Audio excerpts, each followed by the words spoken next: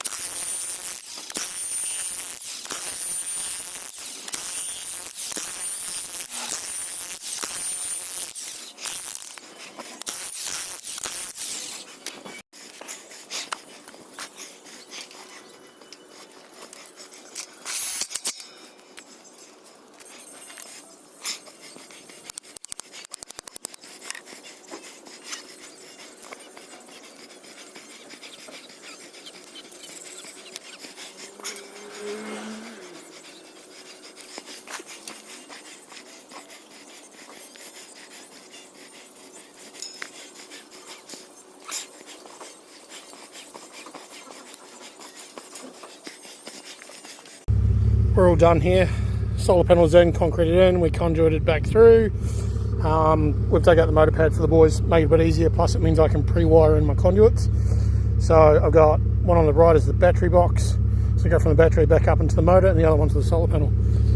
Boys will be here today to do the concrete, so we should be back Thursday, Friday, finish this one off.